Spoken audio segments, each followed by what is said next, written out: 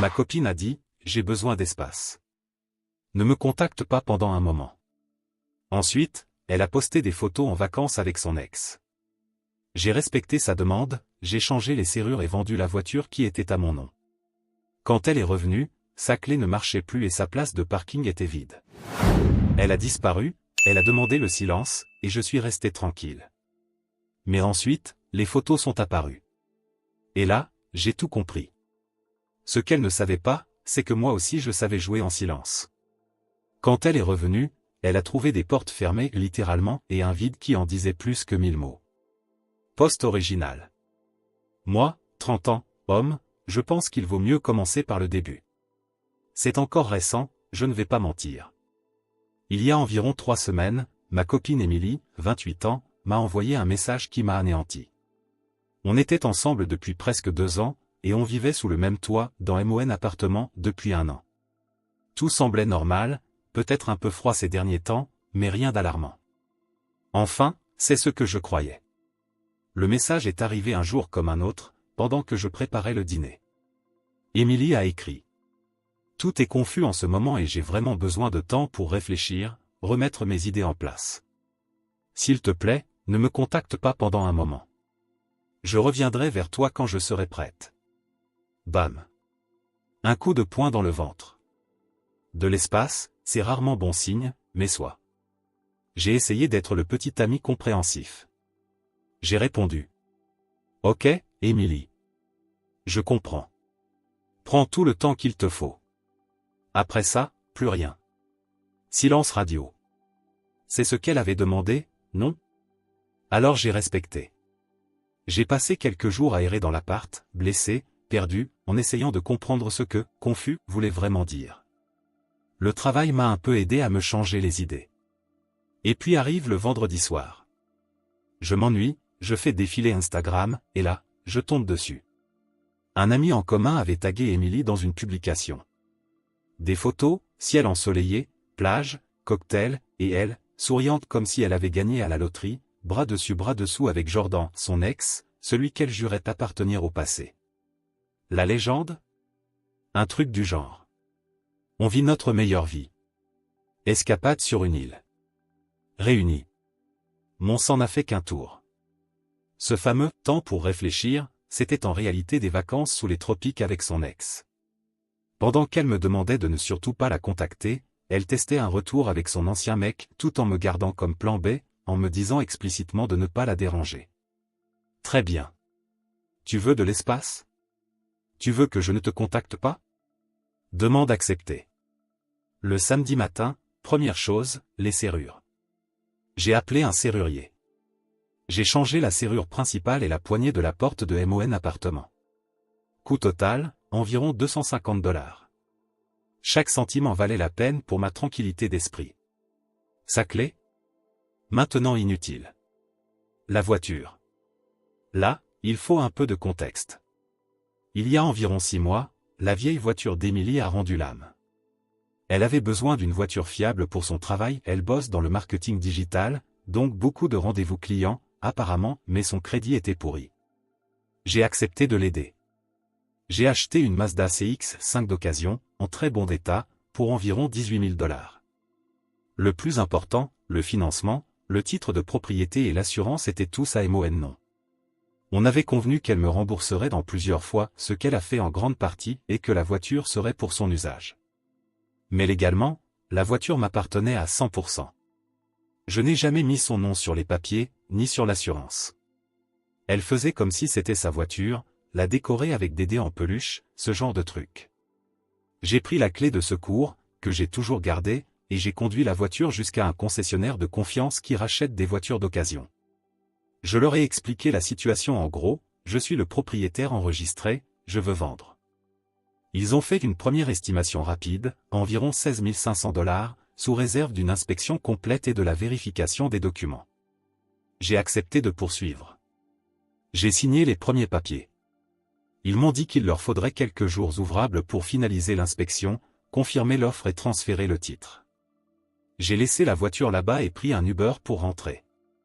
Sa place de parking? Vide. Ses affaires? Toujours dans le placard de la chambre d'amis. Je ne les ai pas jetés. Ça aurait été mesquin. Mais elle n'allait pas revenir vivre chez moi sans qu'on ait une vraie discussion. Et c'est elle-même qui avait demandé à ne pas être contactée. Je me suis senti, étrangement serein. Comme si je faisais une opération nécessaire. Est-ce que ça m'a fait mal? Oui, au fond. Je me suis senti idiot. Mais ce n'était pas la colère qui dominait. C'était la logique. Elle a demandé de l'espace et du silence. Elle a montré que notre relation était finie en partant avec son ex. Moi, j'ai juste respecté sa demande, et protégé mes biens et mon foyer. Maintenant, il ne reste plus qu'à attendre. D'après Instagram, leur petite escapade dure encore une semaine. On verra bien ce qu'elle dira quand elle reviendra, et découvrira que sa clé ne fonctionne plus. Mise à jour 1. Eh bien, elle est revenue. Le moment de vérité. C'est arrivé mardi dernier, vers 21h. J'étais là, en train de regarder la télé, essayant d'ignorer le nœud à l'estomac. J'ai entendu des clés s'agiter dehors, puis une tentative de tourner la serrure. Silence. Puis d'autres essais, cette fois frénétiques. Et ensuite, des coups forts contre la porte. Toc, toc, toc. Ryan, qu'est-ce qui se passe? Ouvre la porte. La voix d'Emily. Agacée, mais pas encore paniquée. J'ai pris une grande inspiration. J'ai entrouvert la porte, avec la chaîne de sécurité encore mise. Elle était là, debout, une valise à côté d'elle, bronzée et visiblement énervée. Ma clé ne marche pas. Il s'est passé quelque chose avec la serrure? Oui. Je l'ai changée. J'ai répondu calmement, fermement. Quoi? Pourquoi t'aurais fait ça? Tu as demandé de l'espace et aucun contact, Emily. J'ai juste rendu ça permanent. De quoi tu parles? J'avais juste besoin de temps. Tu ne peux pas simplement me verrouiller dehors. J'ai vu les photos avec Jordan. Apparemment, tu as déjà pris ta décision. Son visage est passé de l'irritation à la fureur, avec une touche de panique. C'était juste des vacances. Ça ne voulait rien dire. On est juste amis. J'ai levé un sourcil. Des amis qui partent ensemble sur une île paradisiaque pendant que tu demandes du temps à ton copain. Je vois. Ryan, sois pas ridicule. Laisse-moi entrer. Mes affaires sont à l'intérieur. Où est ma voiture? Ses yeux se sont tournés directement vers la place de parking vide. Où est ma voiture, Ryan? Son arrogance était presque palpable. Comme si tout l'attendait, intact. Premièrement, l'appartement est à moi. Deuxièmement, la voiture n'a jamais été à toi. Légalement, elle est à mon nom, et je suis en train de la vendre. Elle est chez un concessionnaire. Elle est restée bouche bée. Tu la vends? Tu peux pas faire ça. J'ai payé pour cette voiture. Tu m'as fait quelques versements pour l'utiliser, Emily. Tu ne l'as pas achetée. Le titre et le financement sont à mon nom. Et le processus de vente est déjà en cours. C'est du vol. Tu me voles. Je vais appeler la police. Et elle a vraiment pris son téléphone. J'ai haussé les épaules. Vas-y, explique-leur que ton ex a changé la serrure de son propre appartement après que tu lui aies demandé de ne pas te contacter et que tu sois parti en voyage avec ton ancien copain. Dis-leur qu'il vend sa propre voiture, enregistrée uniquement à son nom. Tiens-moi au courant. Elle a hésité, le téléphone figé à mi-chemin de son oreille. Son expression a changé maintenant, c'était du venin pur.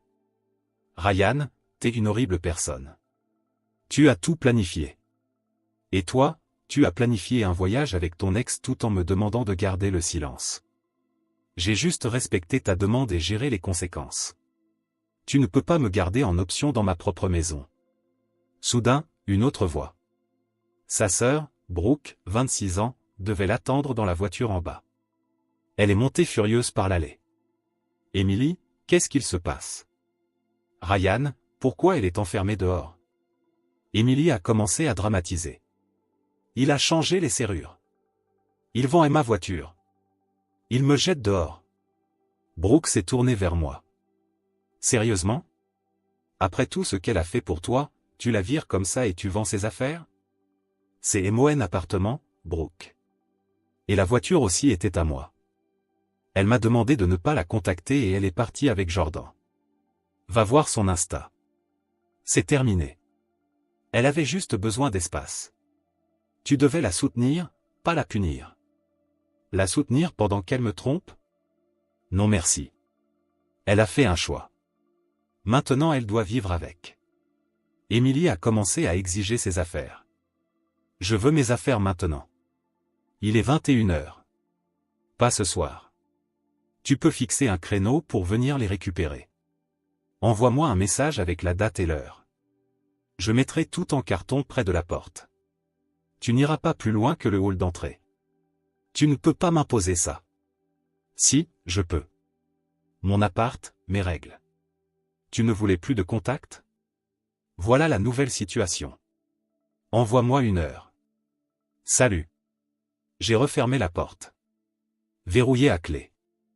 Mes mains tremblaient un peu. Adrénaline, colère, douleur encore présente, mais surtout, soulagement. C'était fait. La confrontation était terminée. Pour l'instant. Je les ai entendus dehors encore 5 bonnes minutes. Émilie hurlant, Brooke essayant de calmer ou d'envenimer. Puis elles sont parties. Environ 2 heures plus tard, j'ai reçu un message, pas d'Émilie, mais du téléphone de Brooke. Émilie veut récupérer ses affaires demain à 10h. Sois prêt. Pas de « s'il te plaît », pas de « merci », juste un ordre. J'ai répondu. Ok. J'ai passé les heures suivantes à emballer les affaires d'Émilie, vêtements, produits de toilette, livres, bibelots, tout ce que j'ai trouvé. J'ai tout empilé près de la porte. C'était libérateur. Le concessionnaire m'a appelé plus tard dans la semaine, peut-être jeudi. Inspection terminée. Offre finale, 16 350 $, une légère baisse à cause de l'usure des pneus. Je suis allé là-bas vendredi après-midi, j'ai signé les papiers de transfert du titre et j'ai pris le chèque. Je l'ai déposé immédiatement. C'était comme clore un chapitre coûteux et émotionnellement épuisant. Maintenant, reste à voir ce que le jour de la récupération va apporter. Probablement, encore du drame. Mise à jour 2. La semaine dernière a été surréaliste. Le niveau d'arrogance ne fait qu'augmenter. C'en est presque impressionnant. Le retrait a eu lieu exactement à 10h du matin, comme convenu dans la mise à jour précédente. Quelqu'un a frappé à la porte. Ce n'était pas Émilie. C'était Brooke, sa sœur, et leur mère, Karen. Émilie est restée dans la voiture, apparemment trop bouleversée, pour me faire face. Bien sûr. Karen est arrivée en mode dramatique. Larmes aux yeux, que je considère comme des larmes de crocodile. Ryan, comment as-tu pu lui faire ça? Après 2 ans, elle t'aime. Apparemment, pas assez pour éviter de partir en voyage avec son ex pendant qu'elle me demandait une pause. C'était une erreur, Ryan. Elle était perdue. Tu devrais lui pardonner. Et vendre sa voiture? C'est cruel. Elle en a besoin pour aller au travail. Karen, la voiture était à moi. Légalement à moi. Et cette confusion, de sa part, était une trahison de notre relation. Les actes ont des conséquences. La voiture est déjà vendue. J'ai ouvert un peu plus la porte pour montrer les cartons empilés dans l'entrée. Voici ses affaires. Emmenez tout. Assurez-vous de ne rien oublier, parce que c'est votre seule chance. Elle a eu un rictus méprisant. On va devoir vérifier les placards, la salle de bain. Non. Vous ne pouvez prendre que ce qui est ici dans l'entrée. J'ai emballé tout ce que j'ai pu trouver. Vous n'irez pas plus loin. Ne sois pas irrationnel, Ryan. Et si tu as oublié quelque chose? Tant pis. Vous restez là. Je reste ici. Prenez les cartons. C'est comme ça. On voyait bien qu'elle voulait entrer de force. Peut-être chercher quelque chose de valeur qu'elle pourrait prétendre que j'ai caché. Mais il n'en était pas question. Elles ont maugréé, mais ont commencé à emporter les cartons. 3 allers-retours. Pendant tout ce temps, Karen n'a pas arrêté de monologuer sur à quel point j'étais sans cœur, combien Émilie était dévastée, et que je devrais lui verser une compensation pour la voiture. Je suis resté silencieux, répétant simplement. La voiture était à moi. Elle ressemblait à un disque rayé. Entre les exigences financières et les accusations, elles ont fini par partir. Et là, les messages ont commencé. Principalement de la part d'Émilie. Un mélange de supplications larmoyantes. Tu me manques. J'ai fait une énorme erreur.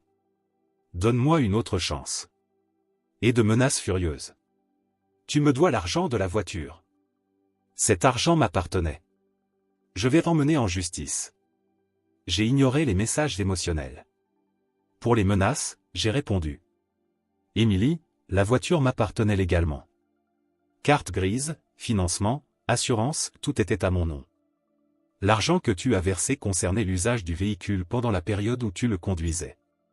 Considère ça comme une location. Fin de l'histoire. Puis j'ai bloqué son numéro. J'ai bloqué Brooke. J'ai bloqué Karen. Mais ça n'a pas suffi. Soudainement, des amis communs ont commencé à m'envoyer des messages. Des gens que je connaissais surtout par Émilie. Le ton? Accusateur. Mec, j'ai entendu ce que t'as fait à Émilie. Vendre sa voiture comme ça, c'est dur.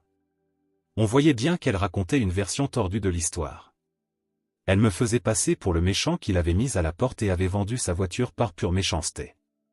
Elle oubliait, commodément, la partie où elle est partie en voyage avec son ex. Évidemment.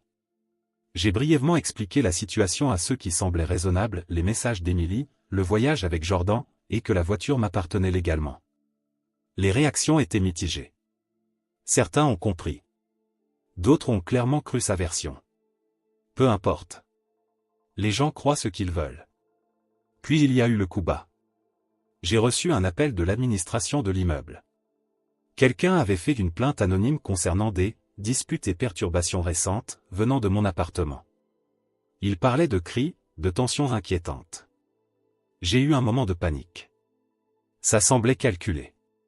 Comme une tentative pour m'attirer des ennuis. Heureusement, j'ai une bonne relation avec le syndic. Je lui ai expliqué calmement. Mon ex-petite amie, qui vivait avec moi mais n'était pas sur le bail, est partie récemment après notre rupture. Il y a eu une brève discussion devant la porte quand elle a découvert que j'avais changé la serrure, ce que j'ai fait après qu'elle m'ait demandé de couper le contact puis soit partie en voyage avec son ex. Sa famille est venue chercher ses affaires, sous supervision. Il n'y a eu aucun trouble à l'intérieur. Et elle ne vit plus ici. Le syndic a semblé comprendre. Il m'a dit qu'il allait noter ça, mais qu'à moins de nouvelles plaintes concrètes, ça n'irait pas plus loin. Je suis presque sûr que c'était Émilie ou Brooke qui ont voulu semer le chaos. Pathétique. Le facteur X. J'ai reçu une demande de message sur Instagram, de Jordan. Je n'ai même pas ouvert. Juste supprimé et bloqué.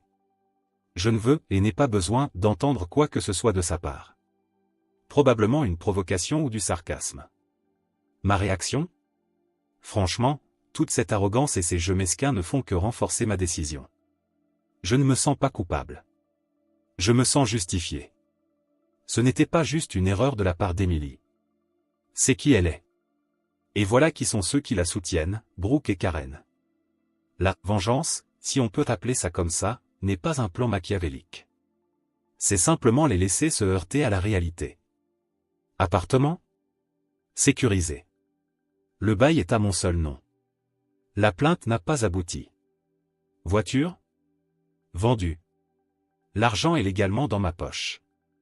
Ses affaires? Dehors. Contact? Bloqué sur tous les canaux.